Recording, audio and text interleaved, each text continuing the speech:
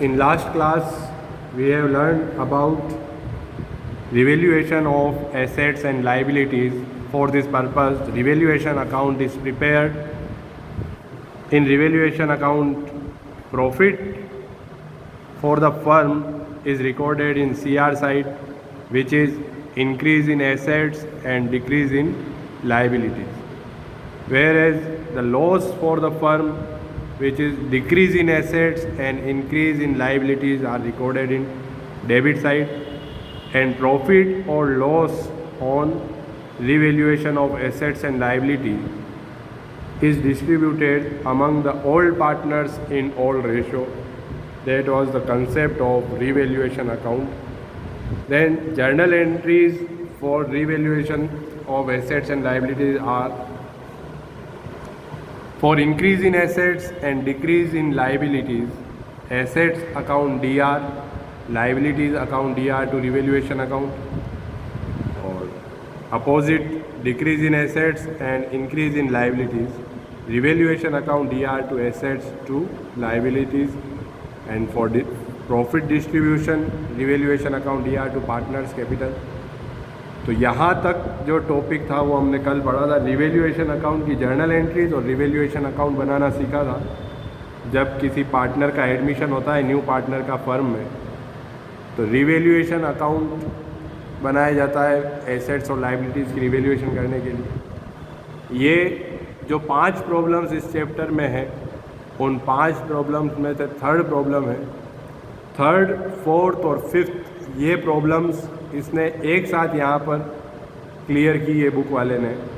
तो थर्ड इसके क्वेश्चन हम बाद में करेंगे। इसके साथ ही उसने फोर्थ जो टॉपिक था जब हमने ये चैप्टर स्टार्ट किया था, तो वो हमारा फोर्थ टॉपिक था distribution of reserves and accumulated profits. तो ये हम फोर्थ टॉपिक और इसकी जर्नल एंट्रीज आज देखेंगे। अकाउंटिंग ट्रीटमेंट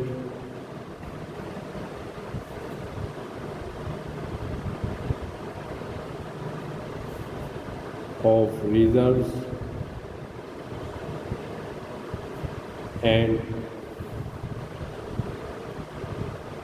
accumulated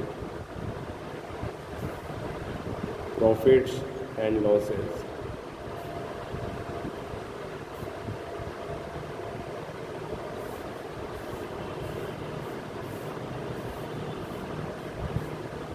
कंसंट्रेशन से बुक की लैंग्वेज हमें पहले पढ़नी है इसमें।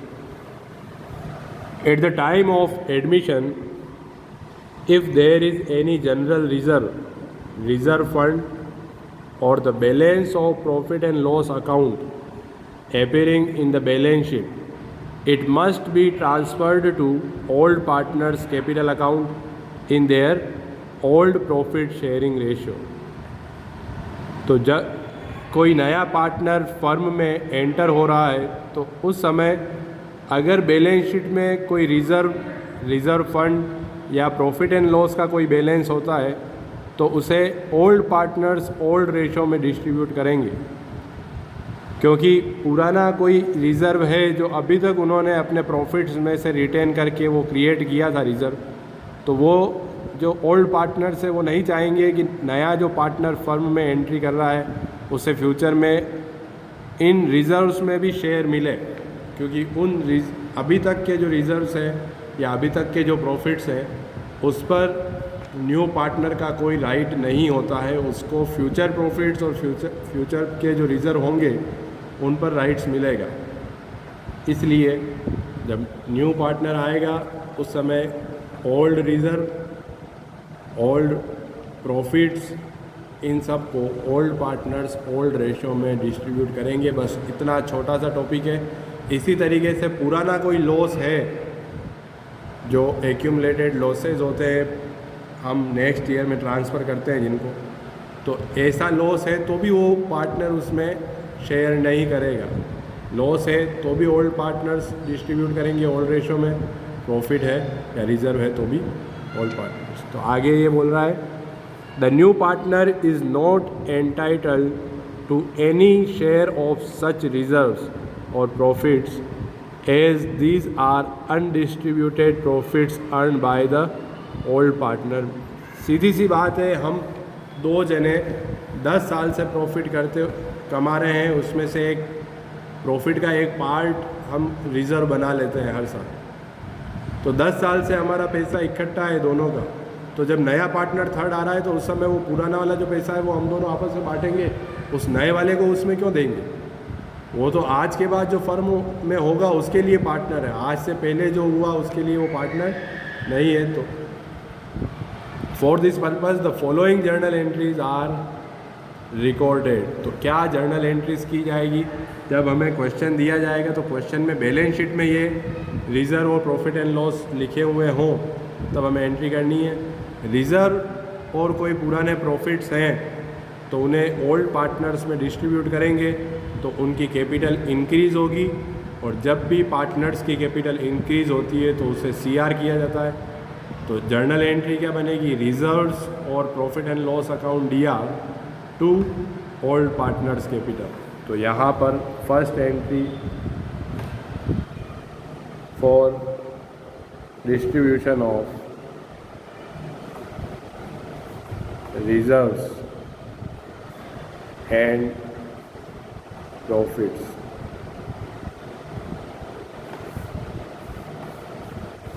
जर्नल एंट्री हुई general reserve account DR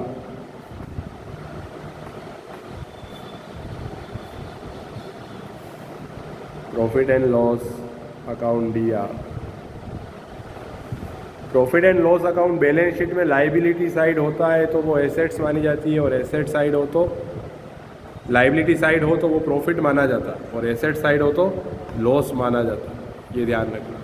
profit and loss account भी एक रिजर्व के जैसे रखते हैं। जनरल रिजर्व है तो जनरल रिजर्व लाइबिलिटी साइड ही होगा रिजर्व तो, पर profit and loss liability side है तो प्रॉफिट, और एसेट साइड है तो लॉस माना जाता है।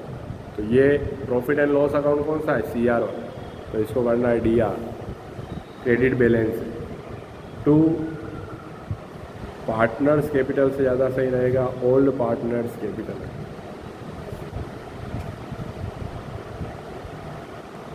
नरेशन होगी इसकी being reserves and accumulated profits. Accumulated profits कहते हैं इकट्ठे किए हुए प्रॉफिट्स, डिस्ट्रीब्यूटेड, ये इसकी नरेशन होगी। अब इसी तरीके से कोई पुराना लॉस है जो पिछले 4 या 5 सालों में कोई लॉस हुआ था तो उसे हमने नेक्स्ट ईयर में ट्रांसफ़र कर दिया था कि आने वाले सालों में जब हम प्रॉफिट कमाएंगे तो इस लॉस को राइट ऑफ कर देंगे। तो ऐसा कोई लॉस है तब वो नया जो पार्टनर है वो न्यू पार्टनर कहेगा कि पुराने लॉस में मैं हिस्सेदार नहीं बनूंगा, तो वो जो लॉस होगा पुराना वो भी ओल्ड पार्टनर्स में ओल्ड रेशो में हमको डिस्ट्रीब्यूट करना है। तो वो जर्नल एंट्री बनेगी for distribution of accumulated losses।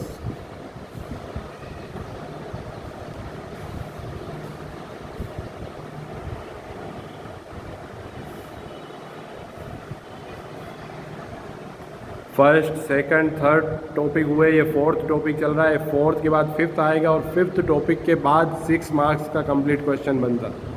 ये भली 2 या 3 एंट्री है, पर ये बड़े क्वेश्चन में नहीं करोगे तो क्वेश्चन होगा नहीं।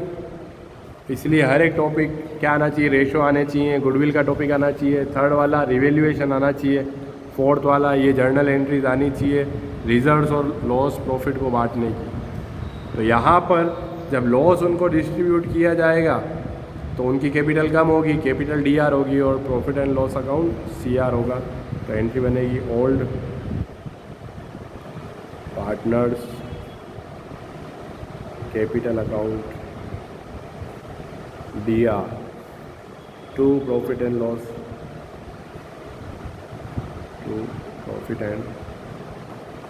Account.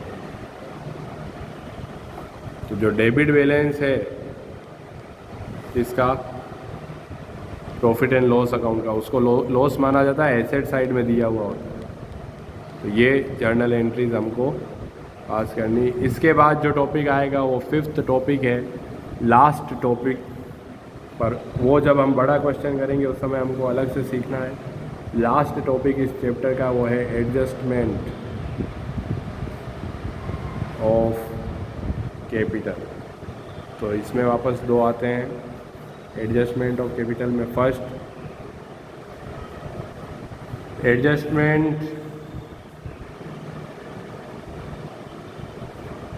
Of capital of old partners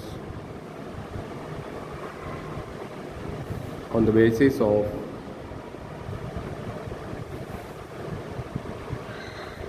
new partners capital।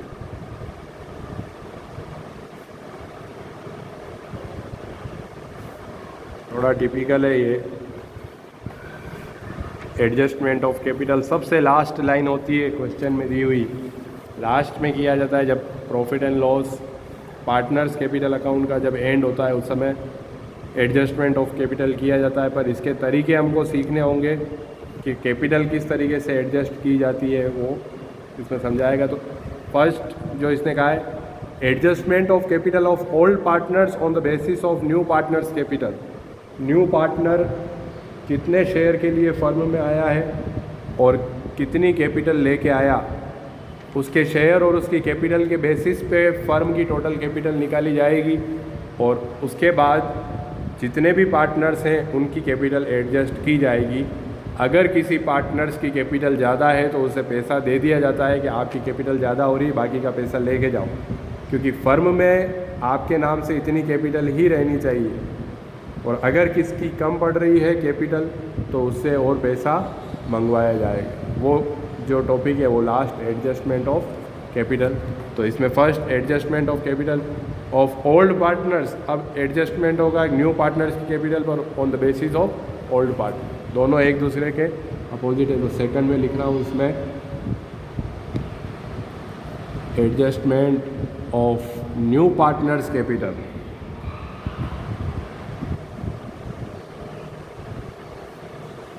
Adjustment of new partners capital on the basis of old partnership।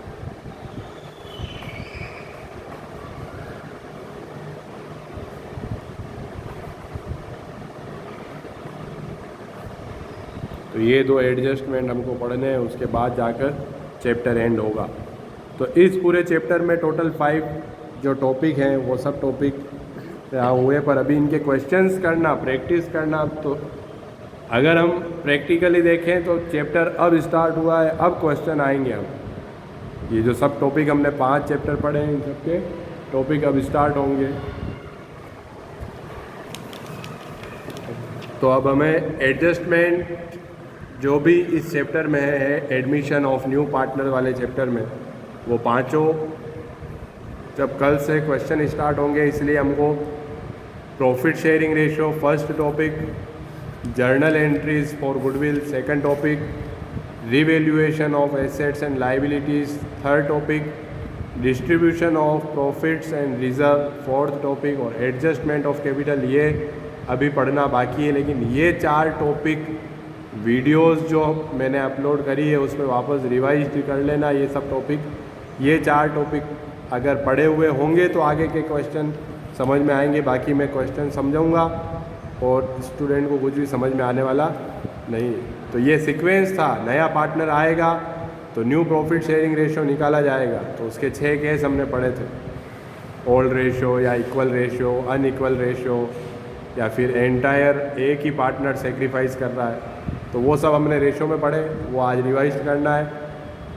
Accounting treatment for goodwill, तो थ्योरी और उसको अफेक्ट करने वाले फैक्टर, वैल्यूएशन ऑफ गुडविल, ये तो ठीक है, लेकिन जर्नल एंट्रीज जो है गुडविल की वो बिल्कुल माइंड में क्लियर होनी चाहिए। 3 केस बताए थे, उसमें भी अगर प्राइवेटली देता है वो न्यू पार्टनर तब तो कोई एंट्री नहीं करनी, फिर कैश में लाता है तो कैश टू गुडविल और गुडविल टू सेक्रीफाइसिंग पार्टनर्स, ये बांटने की एंट्री।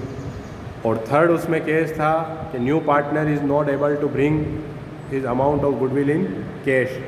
तो जब वो कैपेबल नहीं है गुडविल कैश में लाने में, तो उस समय तो उसकी कैपिटल या करंट अकाउंट में से पैसा निकाला जाता है।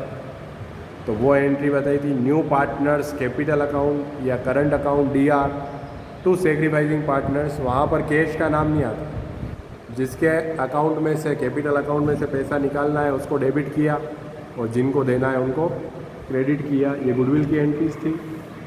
फिर थर्ड टॉपिक जो आया था वो था revaluation of assets and liabilities. जब न्यू पार्टनर आता है तो ओल्ड पार्टनर्स भी ये चाहते हैं कि अगर एसेट्स और लाइबिलिटीज़ पे कोई फ़ायदा है तो अभी तक का फ़ायदा इसको नहीं दिया जाए, और नया पार्टनर चाहता है कि अभी तक का कोई नुकसान है तो उसको मैं उसमें हिस्सा नहीं दूँ।